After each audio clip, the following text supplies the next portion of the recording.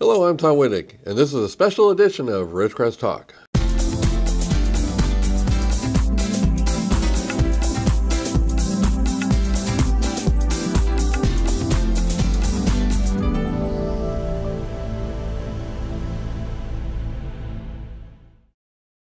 Last Tuesday, KZGN was invited to visit with Department of Defense Secretary Carter. Secretary Carter is the highest-level military visitor ever to come to China Lake, except for President Kennedy back in the 1960s. While we have had other high-level Navy and DoD officials, never the Secretary of Defense. He is a member of the President's cabinet. Carter arrived at China Lake at about noon on Tuesday. He had meetings with senior management, including Admiral Corey, and did some touring. Near the end of his visit, he held a press conference. There even was national media there, along recording the visit. And the presence of Secret Service was noticeable. During media questioning, he did state that the budget he has proposed for next year includes funding for more advanced weapons development. And the budget also includes funds he thinks are necessary to defeat ISIS. It was good to hear his comments on that national security issue. After the press conference, he went out and met with the sailors of VX-31, the air squadron at China Lake. There were probably about 50 sailors there for the conference. After a short speech, he even took the time to personally shake hands with every sailor and thank them for their service. Here's a video of his visit. The reason I came here, other than to take a look at some of these very important programs that we're doing, is it's a reflection of one of the themes that will be, you'll see again and again and again when we release our budget, which is an emphasis on high-end capabilities and making sure that we, once again, as we reach this inflection point strategically as a country, which is reflected in this budget that the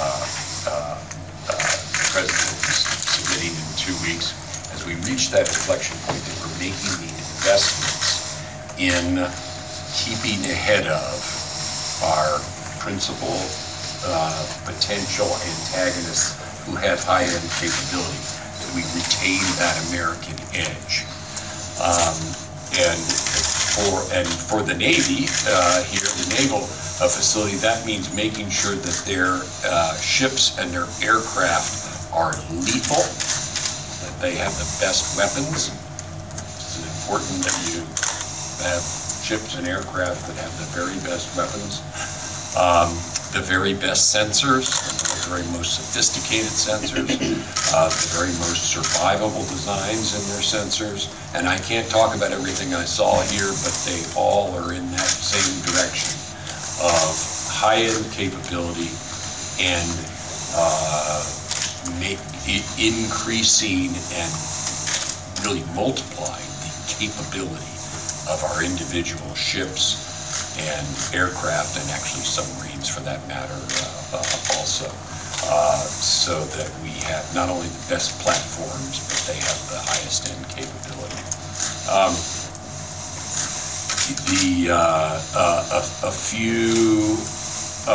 Again, I can't describe everything we saw today, but that's actually a sign. We like to surprise people. And so some of our opponents will find themselves surprised when this stuff gets into the field, which is going to be very soon. I should also say that this place signifies the critical importance of our science and technology base. And as you know, one of the other things in our budget is increasing our R&D spending, consistent with our determination to remain innovative. And you see the innovative people here, I should say, of all generations, including some great engineers who have been here a long time, who have all that tremendous experience, and some young engineers who are just feeling the incredible appeal of the mission of being part of national security, being part of defense. It's something, as you know, that I think is incredibly important to our future, and it's our great magnet is for young people to feel that they're doing something of great consequence. And we saw some of those folks here today. You'll see more of these details in the budget. You obviously won't see all the details for the things that we surprising about. I did bring a few illustrative items of programs that China Lake is involved in that are going to be represented in the budget, and what actions we're taking to make sure we're making investments in weapons and sensors and capabilities, as well as in our important platform program. So a Tomahawk, give an example. Tomahawk is something which is flown from the ocean right in here to China Lake to be tested. So this place has been part of that program from the very beginning. That's a program that's constantly evolving in every way.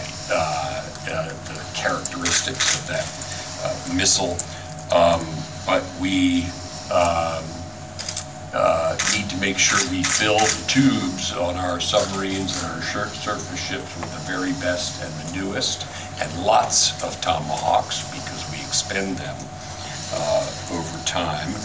We want to diversify the kinds of targets that they can hit, from land attack, which is probably how you first met the Tomahawk many years ago, to an anti-ship version, so that we continue to diversify our suite of anti-ship missiles, again in the spirit of making everything we have lethal.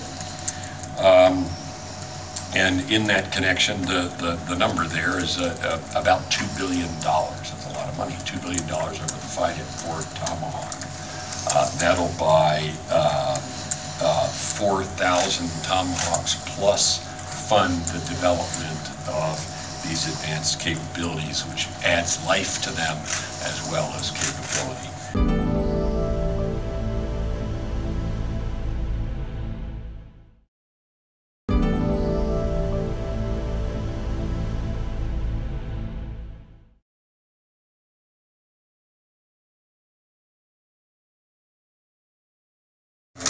Thank the leadership here. It's heartening to see so many great scientists and engineers working on so many important and very successful programs.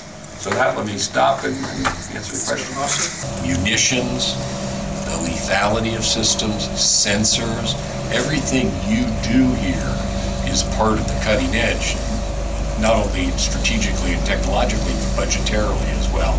So I think the future of China Lake's very bright, and that's deserved because you do great work. You got great people here. So it's a good question, but I have only good things to say.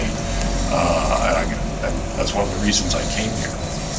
Got time for two more, Terry? This is a critical year for the Afghan security forces because they will be, and we want them to be, and that's stronger than they were in the last year, simply because now they're going to have a better organization, they're going to have better training, they're going to have more aircraft, better use of indirect fires, better command and control, all those things. Because remember, the Afghan security forces are a force that we're building. It's not built yet. We're building, it gets better every year. We need to acquaint young people, I know you're asking about mid-career people, but young people earlier in their lives with the opportunities, so that even if they don't come in at that time, maybe later they will, because they'll be familiar with us, they'll be looking for that opportunity, they'll see a posting of a job here, and they'll say, you know what, I remember what it was like to be part of that wonderful mission, which is defending our people and making a better world. I mean, that's great, right? There's nothing more noble that you can wake up in the morning and be part of it. If they've caught that bug, then some point later in their career, maybe it'll be rekindled and they'll come in. Now, for us, that means we need to be able to hire people at that level of skill and experience, which is going to require some more flexibility than we have. You've heard me talk about this before. And so that's hiring high-tech talent. And let's remember that scientists and engineers like me are people too, so we have families and everything, and so it matters that family life be compatible with government service. That's something I've been addressing in the last week in our uniform. And then the final thing I'll say is, I never ever forget how fantastic our civilians are. And whenever I talk about the fantastic people in the Department of Defense, I always say uniform and civilian. We have great, wonderful civilians who you see them here. They're an important part of the technological workforce, and that's what makes the total force, and we depend upon them. By the way, we depend on the private sector also. And so the people who do work for us under contract, they're part of the team too. And they're necessary also to get that talent, that input in science and technology. Thanks, everyone. Appreciate it. Great. Thanks all very much. While he never really gave an exact reason for his visit, he alluded to that China Lake is a very important asset to the Navy and all of DoD, and that he visited to actually see the capabilities of China Lake. This is a real good sign for China Lake into the future, and we want to thank the Naval Command for inviting us to be part of this historic event. The Public Affairs Office was great in all the preparations for our visit. In all, we had about an hour of the Secretary's time. Now here's a video showing some of the excitement at NOC-WD at China Lake.